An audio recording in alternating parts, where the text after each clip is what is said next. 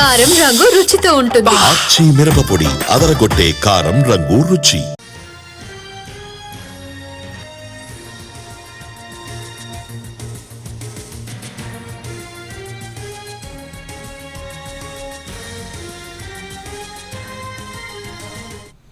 Phone tapping కేసులో SIT విచారణకు హాజరయ్యారు బీఆర్ఎస్ నేత ఆర్ఎస్ ప్రవీణ్ కుమార్. బీఆర్ఎస్ హయాంలో ఫోన్ ట్యాప్ అయిందని ఫిర్యాదు చేశారు ప్రవీణ్ కుమార్.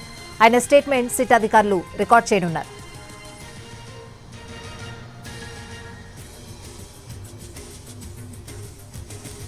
ఫోన్ ట్యాపింగ్ కేసులో సిట్ విచారణకు హాజరయ్యారు బీఆర్ఎస్ నేత ఆర్ఎస్ ప్రవీణ్ కుమార్. బీఆర్ఎస్ హయాంలో ఫోన్ ట్యాప్ అయిందని ఫిర్యాదు చేశారు ఆయన స్టేట్మెంట్ సిట్ అధికారులు రికార్డ్ చేయబోతున్నారు. పూర్తి అప్డేట్స్ అడిగి తెలుసుకుందాం. మా ప్రతినిధి రాధాకృష్ణ ఫోన్ లైన్ లో ఉన్నారు. రాధాకృష్ణ, గత ఎన్నికల సందర్భంలో బీఎస్పీలో ఉన్నారు అప్పుడు ఆర్ఎస్ ప్రవీణ్ కుమార్. ఆయన ఫోన్ ని ట్యాప్ చేశారంటూ పలుమార్లు ప్రవీణ్ కుమారే నేరుగా చెప్పడం జరిగింది. ఈ క్రమంలోనే దానికి సంబంధించిన స్టేట్మెంట్లను రికార్డు చేయడానికి ఇవాళ ఆర్ఎస్ ప్రవీణ్ కుమార్ సిట్ కార్యాలయానికి రావడం జరిగింది. అసలు అతని ఫోన్ ట్యాప్ అవ్వడానికి గల రీజన్స్ ఏంటి, ఎలా అతను గుర్తించడం జరిగింది అంటే తన ఫోన్ ట్యాప్ అయిందని ఏ విధంగా ప్రవీణ్ కుమార్ గుర్తించడం జరిగింది, అలాగే ఫోన్ ట్యాప్ అయిన వెంటనే ఎందుకు కంప్లైంట్ చేయలేదు అధికారులకంటూ కూడా ఈ తదితర అంశాలపైన ప్రధానంగా ఫోన్ ట్యాపింగ్ సంబంధించిన అంశాలపైన ఇవాళ స్టేట్మెంట్ రికార్డ్ చేయనున్నారు. కొద్దిసేపటి క్రితమే ఆర్ఎస్ ప్రవీణ్ కుమార్ సిట్ కార్యాలయం లోపలికి వెళ్లడం జరిగింది. ఏసీపీ కేసుకి సంబంధించిన ఐఓ అతను స్టేట్మెంట్ రికార్డు చేయబోతున్నారు.